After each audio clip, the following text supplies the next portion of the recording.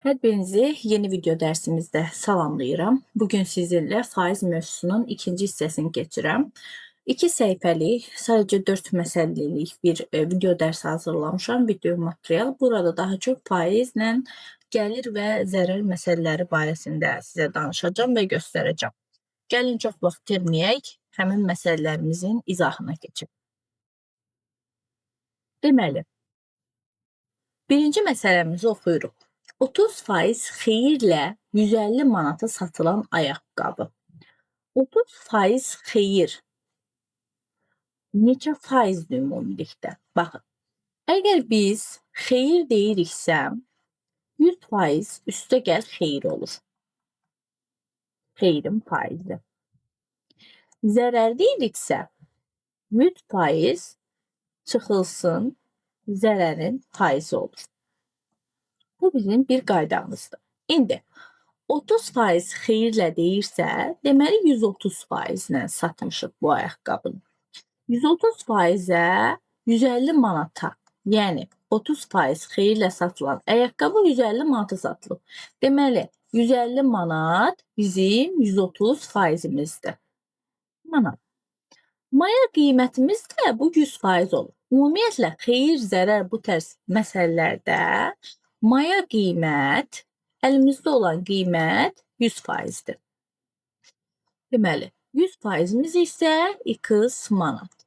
Buradan x-i tapaq, 130 aşağıda, 100 vurulsun 150, yenə mən ədədləri pis qoymuşam. 1500 böl 13, tutaq ki, bu bir tam ədəddir də manat. Tam bölünəndə böləcəyik, deyəcəyik, qədərdir. Aydındır, yəni xeyir, zərər məsələləri, baxın, bu məntiqlə işləmir. İndi, ikinci məsələ, baxın, 400 manata alınan mal. Deməli, 400 manata alınan mal deyirsə, mayadır da bu. Mayası 400 manatdır. Maya 400 manat. Və neçə faizdir bizim mayamız? 100%. Bəli, 400 manatımız 100%-dir. 540 manata da satılır. Deməli, 540 manat, manatın altından yazırıq da tənasübdə. Neçə faiz gəlir əldə edilir? Gəlin, baxaq görək bu 540 manat neçə faizdir? X faiz. X bərabərdir 400 aşağıda, 100 vurulsun 540. Bunlar getdi. 540 bölünsün 4, 1, 13, bir dəqiqə, 14, 25, 125. 125%. 135%. Deməli, dostlar, bu 100%-dən 135%-ə qalxıb satışda. Neçə faiz gəlir əldə edib? Bəli, 35%. Aydındır.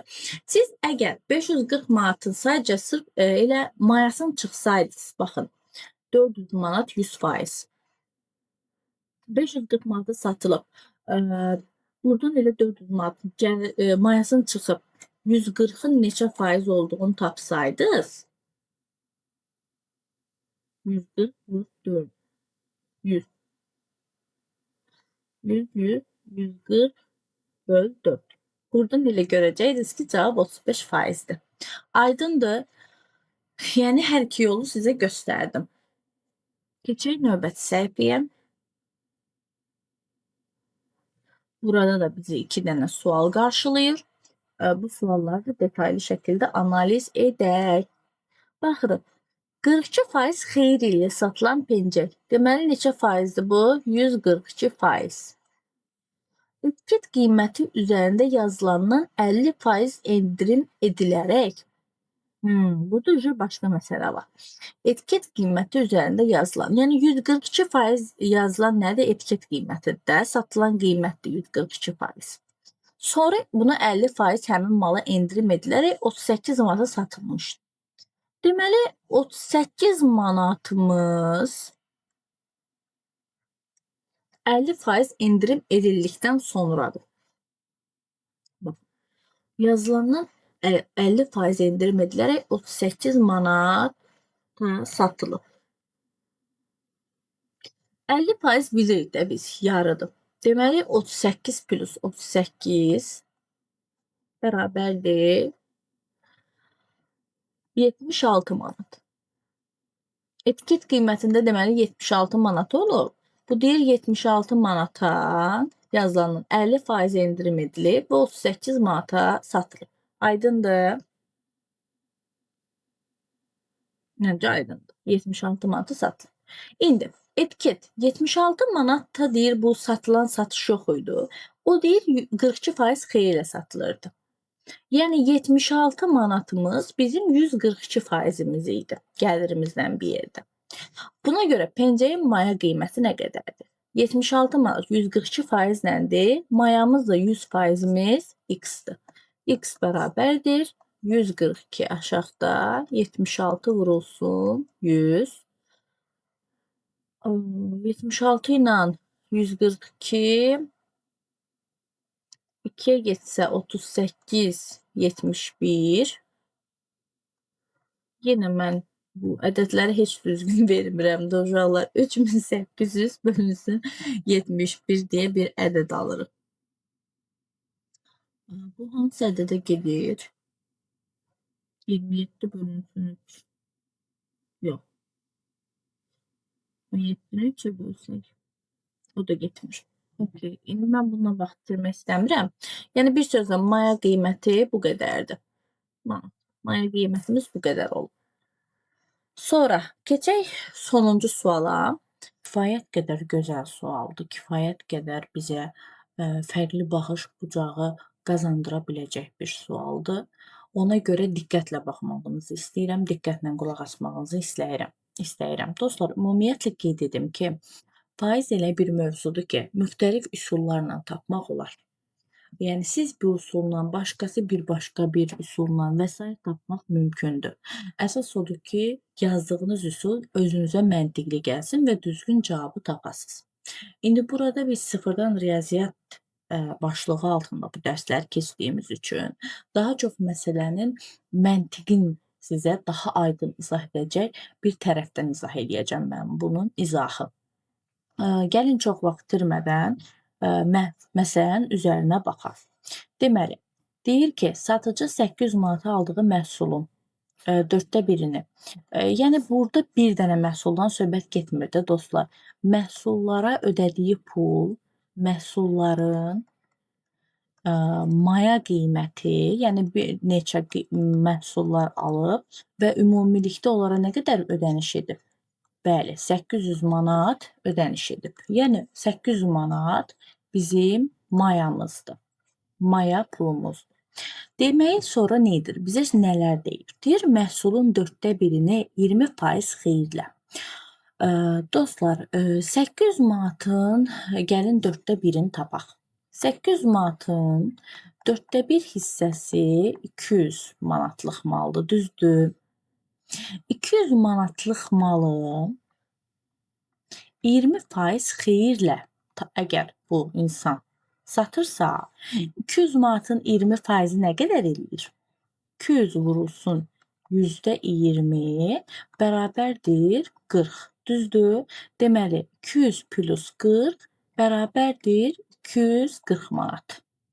İndi deyə bilərsiniz ki, müəllimə, pul niyə 1/4 hissəsini tapdıq? Axı aldığı məhsulun 1/4-ni deyir bizə. Dostlar, biz fərz eləsək ki, biz 800 məhsulat almışıq. Fərz edirik. 800 məhsul 1 manatdan. Düzdür? Hər birinə 1 manat ödəsək, 800 manat etmiş olacaq. Düzdürmü? Ona görə bizə konkret zaten məhsulun sayını demədiyi üçün biz onu hər hansı bir ədəd olaraq ifadə eləyə bilərik. Və yaxud da yenə biz 800 məhsul yox, lap 400 məhsul götürsək 2 manatdan, faiz olaraq yenə eyni şeyə gəlib çıxacaq. Ona görə biz burada 800 manat aldığı məhsulu deyəndə elə 800 məhsulu 1 manatdan götürə bilərik fikrimizdə. Bu cür hesablaya bilərik. Deməli, bunun 1/4-ni 20% xeyirlə satıbsa, 1/4 200 manatdır. 20% xeyirlə satıbsa, deməli 240 manat qazanc əldə edir. Yarısını, yəni 800-ün yarısı nə qədərdir? Bəli, 400 manatlıq bir məhsul. 400 manatlıq bir məhsula 50% xeyirlə satırsa, deməli bu 400 manatın 50%-i onun yarısıdır, 200 manat. 400 plus 200 bərabər edəcək nə qədər? Bəli, 600 manat. Deməli dostlar, burada amma bizə önəmli olan bu maya deyil ha, bax. 240 manata satdığından gəliri nə qədərdir? Bəli, 40. Düzdür? Gəliri 40-dır. Çünki 200 mayadır. 400 mayadır. Gəliri nə qədərdir? Bax, gəliri 200. Bu getdi. Baxın, bunları işarələyirəm. Deməli. Bir də üçüncü hissə var. Çünki deyir axı, ümumilikdə 260 manat qazanması üçün qalan məhsul. Qalan məhsul da bizim üçüncü hissəmizdir. Baxırıq, burada 200 məhsul var idi. Burada 400 məhsul, 600. Nə qədərə qalır? Bəli, 200 məhsulumuz qalır. Yəni 200 manatlıq malımız qalır. 1 manatdan satsa. İndi bizdən nə soruşur? Deyir ki, 260 manat qazanması üçün xeyir. 40 manatımız, 200 manatımız. İndiyə qədər 240 manatlıq qazanıb, düzdür? Deməli, bizim nə qədər qazanmalıyıq 260 olması üçün? 20 manat. 20 manat qazanmalıyıq hələ. 200 manatın biz neçə faizi, bax, üzərinə gəlsək, 200 manat üstə gəlinsin. Ya da belə deyirik də,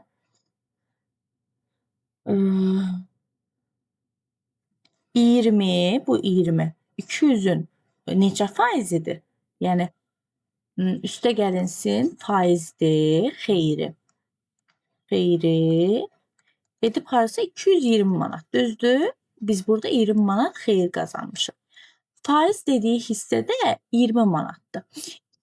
20 manat 200-ün neçə faizidir? Onu necə tapırdıq? Əvvəlki misallarda göstərmişəm dərslərdə. 20 böl 200 vurulsun 100. Etdi nə qədər? 100%. Bətdi 10%. Deməli cavabımız neymiş? 10%. Qalan məhsulu biz 10% xeyirlə satmalıyıq ki, bizim ümumi qazancımız 260 manat etsin.